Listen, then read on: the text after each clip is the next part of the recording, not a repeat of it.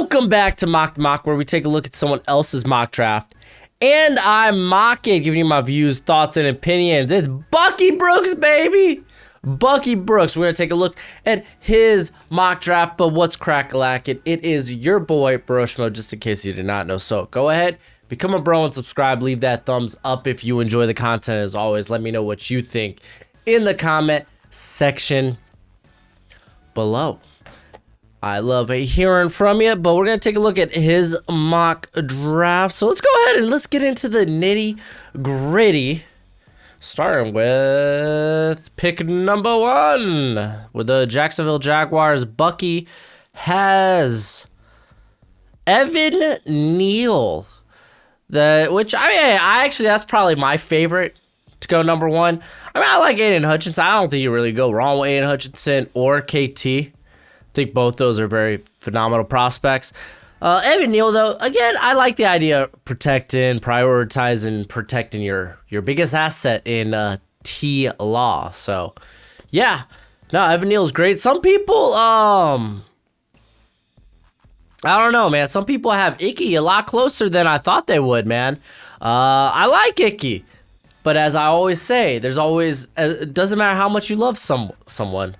There's always someone out there that loves them more. And apparently guys like Dane Brugler, I've seen some people in the chat that actually like Iggy more than Evan Neal. So, yeah, I don't know, man. I guess it could be entirely possible that this pick could be the sticky icky. Ken McWanu, if you didn't know who I was referring to, by the way. So, Aidan Hutchinson has to be this next pick, and he is indeed. They get the hometown boy, good locker room leader. He shedded weight after breaking his leg in 2020. Shedded about 10 pounds, came out, looked explosive a lot. He isn't the same guy that I at least saw back in 2019, where I was like, oh yeah, he's a solid edge setter, powerful. His game will translate well. But then just came out this year, just looked explosive out the wazoo. His spring training numbers, like on the 3-cone, the shuttle, were like phenomenal, if to believe Bruce Feldman, which very reliable guy.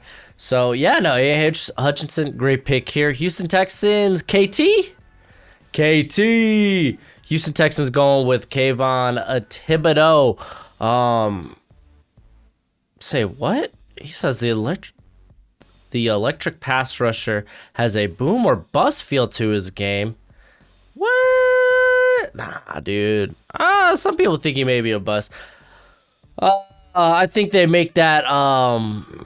What do you say? They draw a comparison maybe to Deion Jordan, another Oregon pass rusher. But I mean, Thibodeau has better length, size, explosiveness. I don't think his tools are nearly as raw as, I guess Bucky's making it seem. But then again, it's like, but his tools are raw, just too enticing to ignore if you get to fully unlock his potential. So, I mean, I don't know how raw Bucky thinks he is. I don't think he's terribly raw. I mean, but nah, dude's wonderful. He was so hard to game plan around, though some teams like Utah did it efficiently, but you can say the same thing with Georgia doing that to Hutch. So going to the Jets, we could see Icky, we can see Kyle Hamilton, Derek Stingley. I think those would be maybe a Charles Cross. I don't know how Bucky feels about Charles Cross. And the Jets go Ikem Ekwonu. So me personally, I think Charles Cross is a better fit schematically for like a wide zone blocking scheme. But I mean, you could get a guy like Ikem Ekwonu, and maybe if they try to like, maybe if this blocking scheme is maybe more to the kin of what you see with Kyle Shanahan in San Fran, which I mean, you would think it would be. You might want those like upfield blockers, so guys that are explosive can get up field, because that's a chem dude. He comes from a very heavy inside zone blocking scheme at NC State, and the dude's explosive and he's powerful. He's strong. I think going to a team that's play action heavy is great because There are times I think he can be a bit on the offensive. Rather sitting back in pass protection, he lunges, he attacks, and sometimes you can get toroed like a bull, and just let the pass rusher get into the backfield, which if that's a play action, that's not going to be good. The quarterback's going to be turning around and getting lit up. So, yeah, no, I like Icky. Again, just some nitpicks there, but it's like, if you're going to really separate some of these prospects, you got to nitpick. You got to. Charles Cross going to the Giants. The Giants' offensive line is bad. Charles Cross, he is probably the last top 10 prospect in terms of, I was going to say offensive tackle, because Tyler Linderbaum, I feel like there's no way this pick for the Giants is anything but offensive tackle. Just with how it's going to fall, you can't really risk it, because at pick 7, you're not going to be left with Cross or Evan Neal or Ikem Ekwonu. Then you'll have to probably, okay, we'll go with Tyler Linderbaum then. But, yeah, no, Charles Cross, good pick here. If he didn't go here, he would go with the next pick to the Carolina Panthers, which this is an interesting predicament that we find the Panthers in. Do they go quarterback since, okay, all the tackles are off the board? Or maybe they go with a really safe option, be like, listen, we don't have a second-round pick, so we don't have another pick inside the top 100. So we really need to hit this pick. So maybe a Tyler Linderbaum is probably one of the safer prospects in this class. It's just, oh, man, it's not a very high-valued position, So let's see what they do. Oh, he's just like Daniel Jeremiah, dude. He went with Ahmad Gardner. Again, this is a weird predicament. If you're Panthers, and again, obviously we're not trading down in this scenario. But again, I've been saying this is such a hard spot to trade down from. You're gonna have to find a suitor, But obviously, offensive line, quarterback. If you're not sold on anyone in the quarterback class, then yeah, you kind of gotta just bite the bullet and just maybe just take who you deem the best talent on the board. But I would say maybe Linderbaum. You could maybe make a case, be like, let's just get Kenyon Green. He's a guy that could fill multiple roles, whether it's left tackle, left guard, right guard. Let's maybe grab him. Again, it feels like you're reaching a bit. Well, I'd say Kenyon Green's a top 15, top 20 prospect. It does feel like you're reaching a bit. I wouldn't consider corner that big of a need. I mean, they traded for C.J. Henderson. They have J.C. Horn. They have Dante Jackson still. They have guys like Troy Pride.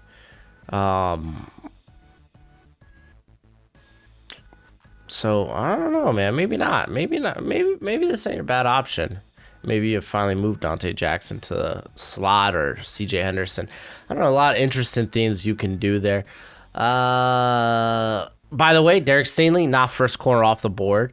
You would think maybe Kyle Hamilton, if you're going to go with value here, maybe just go with Kyle. Well, then you get in the argument of positional value.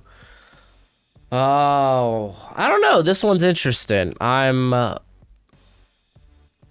It's interesting.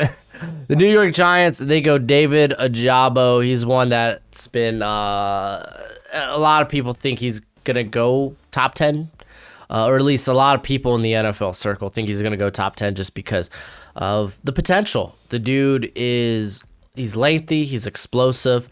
He does have a plethora of pass rusher moves. He's just he doesn't have a lot of significant snaps under his name. Didn't become a starter till week 5, week 6 this past year. And yeah, that's about all the sample size we have on him, So he might end up being a project, being a pass rush only. Remember, Michigan, they would take him off the field in run defense scenarios. So, but again, maybe the upside might be too much to ignore. So Ojabo goes ahead of George Karlaftis, which I think a lot of people have at 3 or 4. So Atlanta Falcons, I imagine this is Kyle Hamilton, George Karlaftis. There's Derek Stingley still left on the board at corner. So maybe he goes ahead of, if you want to address the secondary, maybe he goes ahead of Kyle Hamilton. I'll be interested to see where Kyle Hamilton goes in this draft or in this mock, just because, again, like, how much do we value safety? How much are we willing to pay safety?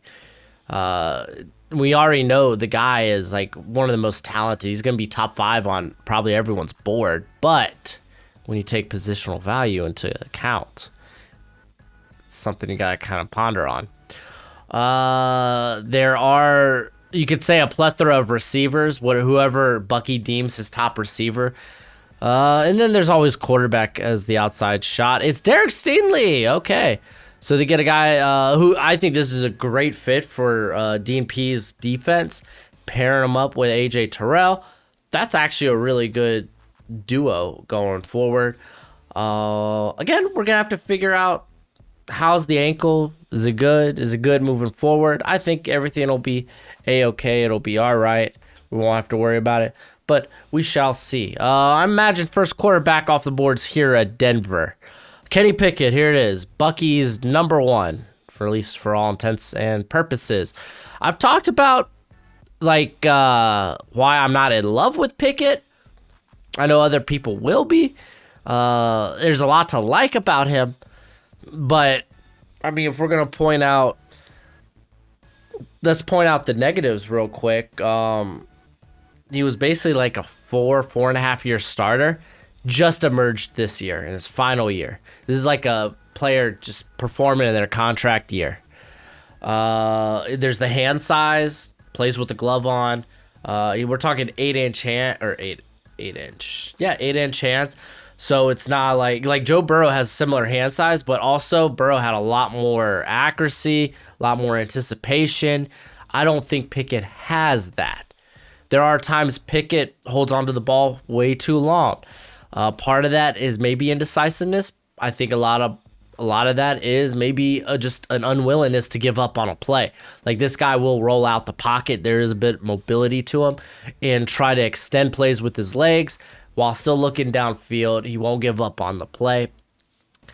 And but I mean, from his plus standpoint, he's got an NFL arm. I think his accuracy and ball placement is solid enough. It's not on a Burrow level. That's why we won't talk about Pickett as a top 5 prospect. But I think I've been saying Derek Carr, Kirk Cousins type of potential ceiling, or do I want to say ceiling or floor? I probably want to say ceiling. Like, obviously the floor could be, I don't know, you get maybe like a Ryan Tannehill, but I mean, even Tannehill, like prior to the season, he put up, like, he was a top 10 quarterback there at Tennessee. So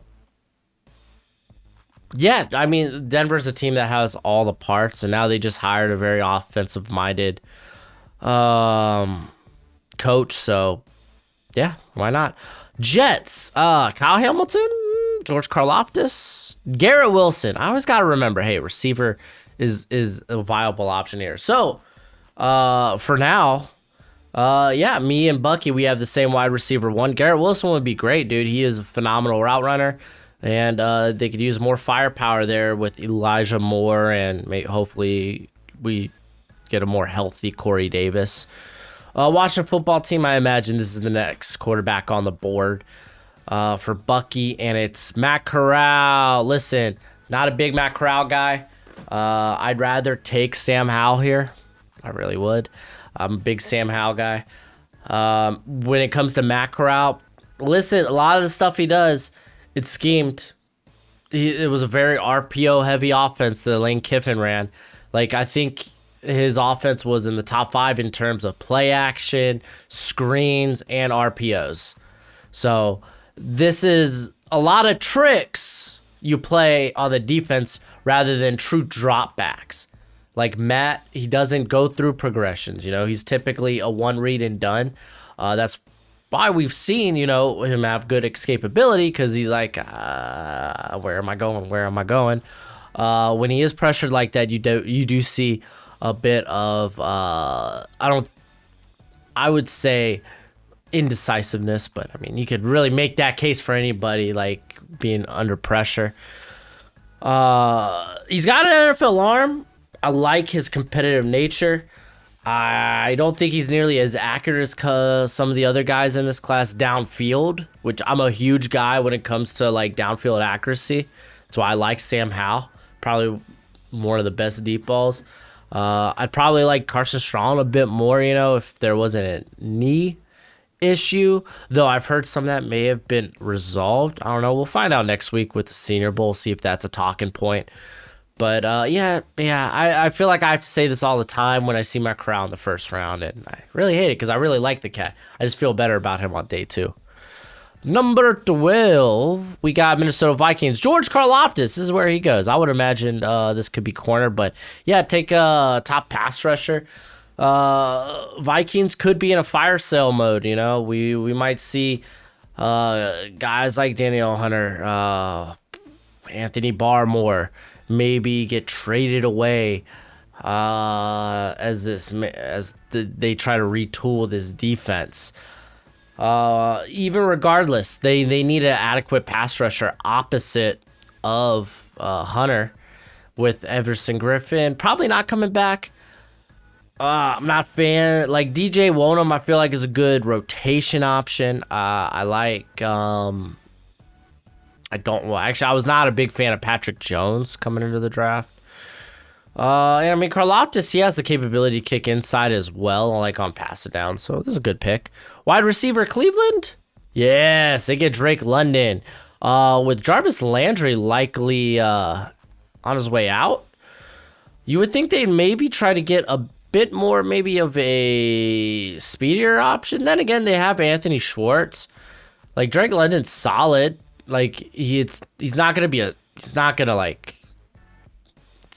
be like a 4.3 guy, or he might be in the low 4.4s maybe, or would it be high 4.4s, like a 4.7, 4.8 range? I think he's gonna test out similar to like CeeDee Lamb speed, but obviously what makes Drake London is the contested catch ability, that huge catch radius, and the ability to make plays after the catch, after contact, before he went down with injury. He led the college football, led all receivers in forced missed tackles.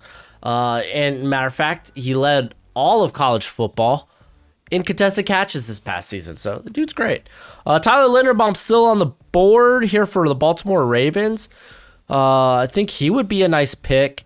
Trying to think who else. And really any of the other corner positions. Kyle Hamilton's still on the board too. We know how Baltimore likes their safeties. And they go Tyler Linderbaum. All right, Tyler Linderbaum. Good pick. I think I would have gone with Kyle Hamilton here, actually. Because Baltimore, they love their safeties. They love having like 3 safeties on the field if they could. And Kyle Hamilton gives you a lot of versatility. Not to knock on Linderbaum, like I have him as a top 10 prospect as well. So getting more, adding more talent on the line is definitely necessary, but I think I would have gone like with who I had higher on my board. Philadelphia Eagles, you gotta imagine this is Kyle Hamilton. They get back-to-back picks, so Kyle Hamilton, where else can they go? Brandon Brooks just retired, so maybe they panic and go like Kenyon Green. I think, I don't know if there's a pass rusher I would take at this area. I don't know. Let's find out. There's Kyle Hamilton. That was a no-brainer. Really don't need to speak to that one. And then Treylon Burks. I should have said receiver because I'm actually a big fan of them going receiver with one of those 3 picks. And obviously linebacker. I should have brought that up. Treylon Burks, man, he's a bit different in terms of size, strength, speed. It's insane what how fast he can move, and with that type of physicality, the guy can create after the catch. He can go up for the contested catch.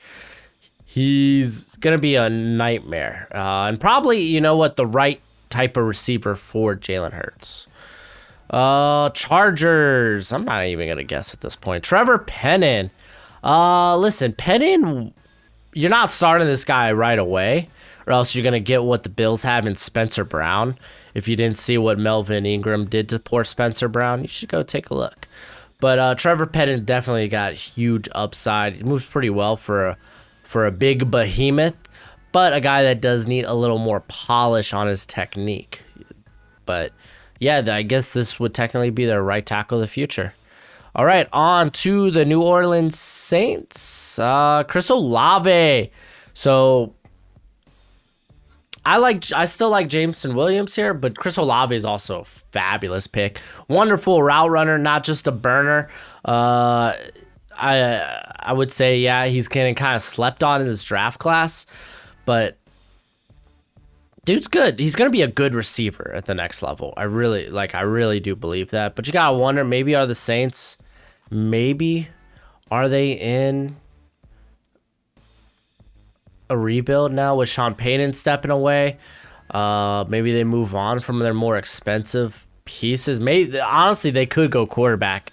I'm actually starting to come around to that because they would have to move a lot of money to make room for, like, they can't go after like a Russell Wilson or Deshaun Watson at the quarterback position. They would have to maybe like go for like a Derek Carr or a Jimmy Garoppolo, someone with a more team-friendly contract. Or maybe you just go ahead and take who your top guy is here. I don't know. It's a bit interesting.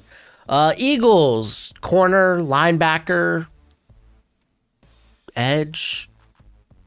So they go edge. Jermaine Johnson. This guy is good. I like him a lot. The dude's built. Probably he just looks like freaking the Hulk, dude. The dude's just jacked. He has one of the best looking frames you'll see. Huge arms, like 22-inch pythons, if you know what I'm saying. So yeah, he feels like a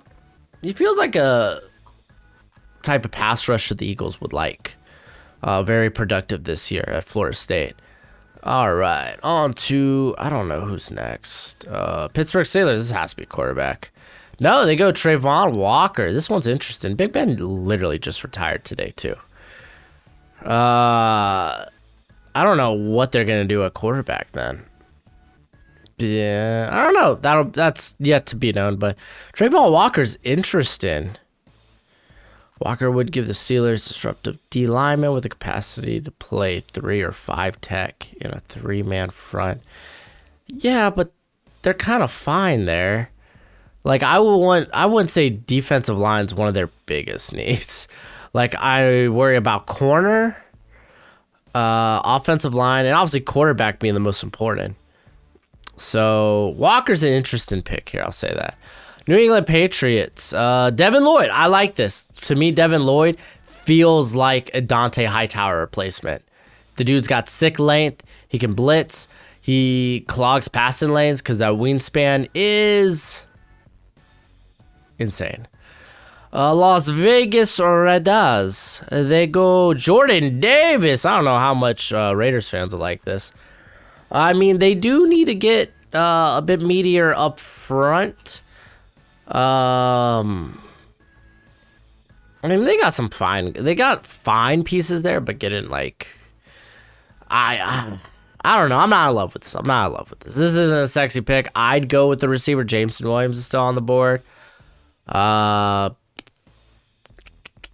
of this corner class is still on the board. What we've only seen, Ahmad Gardner and Derek Stingley. You can make a case for Kenyon Green. So I just think there's better places they could go. Arizona Cardinals, Trent McDuffie. Actually, why didn't I say Trent McDuffie, man? That would have been a good fit for Gus Bradley. But Trent McDuffie, man, I said this about Byron Murphy, and it's taken Byron Murphy like 3 years to really get acclimated to the scheme. I just feel like guys from Washington, maybe like I think Kyler Gordon stands a better chance just because he's got length. and he's got a bit of physicality to him. Like Trent McDuffie, I'd rather him in like a Staley scheme or like a quarters coverage, because the guy has very good, I guess you would call it instincts, reaction, whatever you call it, just the football know-how to be at the right place at the right time. He was shut down there at Washington. Dallas Cowboys. Kenny Green, I like this pick. He could be your Tyron Smith of the future. Worst case scenario, he ends up being your left guard, right? Because Zach Martin's right. I think I got that right. I could be wrong about that. I mean, I could check it, but y'all let me know. Y'all will let me know. I like this pick. Just with the flexibility of where Kenny Green could play on that offensive line. I wouldn't mind dipping in the corner class, though, because there's a lot of good ones still left on the board here. Yeah. All right. Buffalo Bills. Roger McCreary. He's a good scheme fit as well. He's got good length. He's been very productive. Like, he's got legit ball skills. He has a nose for finding the football. And I mean, you want to add more depth to that cornerback position, man. We saw how gassed the Bills were at the end of that Chiefs game. Like, no kidding, what defense won't beat. But that's why cornerback depth's so important. If you have a solid group of corners, then you get those fresh guys in. But let's see what the Tennessee Titans do. Jahan Dotson. This is the receiver I think is a really good fit for the Titans. Get someone that could stretch the field vertically. He's explosive. He's competitive at the catch point. Big fan. Tampa Bay Buccaneers, Kyer Elam. Why not get more cornerback depth? Carlton Davis is also a free agent I would say after the season, but their season's already over. Sorry, Tom Brady. Fins up. Speaking of which, my Dolphins are coming up, right? Not yet. Green Bay Packers. DeMarvin Leal, I think is a fine pick. I really think DeMarvin Leal will be, how do you say? I think he has a chance to sneak back into the first round. I think a lot of people are down on him because second half of the season, he wasn't nearly as disruptive because they were playing him inside more. I think he put on some bad weight as well, just to kind of like, just to be a bit more meatier and so he can handle that physicality on the inside. And it took away from a bit of his twitchiness. I think when the combine rolls around, this dude's going to be in excellent shape. Like, he's going to turn that bad weight to good weight. He also had the minor marijuana misdemeanor right before Christmas. So there is that. So I think there are just some elements here that knock him out of the first round. Just with how good the edge class is in general, defensive line class in general. But I do like the idea of this cat being capable to play next to Kenny Clark. And if you want to play him out wide, you can. I like that versatility. Cincinnati Bengals, Bernhard Raimann. Dude, I'm telling you, this cat is good. I like this cat a lot. He's going to look good at the Senior Bowl. This be a good pickup for the Cincinnati Bengals. What do you got my Dolphins doing? Nakobe Dean, I forgot you were on the board. Golly, this feels like this is a very similar linebacker to Jerome Baker. But Nakobe Dean, I think, would ends up being a more sure tackler, especially against run defense. Big thing with Dean is they're going to question his length. They're going to question his size at 6 foot 225. They're going to question his ability to consistently play the run, because there have been times where, he would just not stuff running lanes.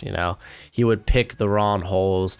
While these are few and far between, again, we're nitpicking here. I'm just giving you some reasons why I think maybe teams might not be that high on him, but the dude is a wonderful athlete. He's blown up plenty of plays in the backfield. He's made plays in coverage. He has made big plays all year. This guy's great. I would love to have him on my Dolphins. I also wouldn't mind a receiver. But at this point, what? Jameson Williams would be sexy. David Bell goes. Jameson Williams not in the first. Did I miss him? I guess I don't think so. Listen. I don't think I like David Bell. I like him better as a day 2 option. He just doesn't have that separation. Good body control. Good contested catch guy.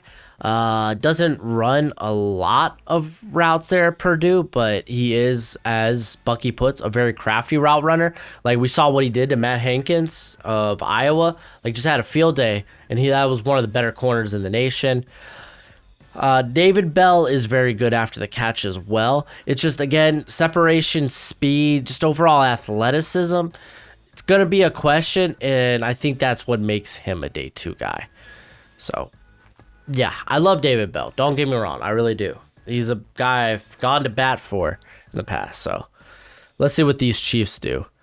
Daxton Hill. So, if Honey Badger, I think he's a free agent this year. Not positive. But Daxton Hill would be great. He's a guy that had played a majority of this past season in the slot. But this guy has so much range. He could play on that back end with Julian Thornhill rather than Daniel Sorensen. So, yeah, no, he's got the flexibility to do that. Like, and he doesn't mind coming down. Like, he comes down like a missile and tries to, like, take ball carriers down at the knee, man. It's nasty. Overall, this mock was fine. I would say it's fine. David Bell, I think, is a bit of a stretch. Nakobe Dean falling that far, it's entirely possible. Entirely possible. I'm not going to crap on that. Didn't like the Jordan Davis pick, but that's really a me thing. I really didn't like the Travon Walker pick. I don't think made a lot of sense. Kyle Hamilton falling this far. I don't think he goes the way of Derwin James. I don't think he makes it out of the top 10. Tyler Linderbaum, good pick. I still think they go safety though in that regard. Yeah, no, I mean outside of that, just this pick here, I don't get this pick. I don't know. Fill me in. Maybe you're a Panthers fan and you like this pick. Tell me why in the comment section below. That's it for the video. Go ahead and do that YouTube thing. But as always, until next time, you be easy, my friends. Later.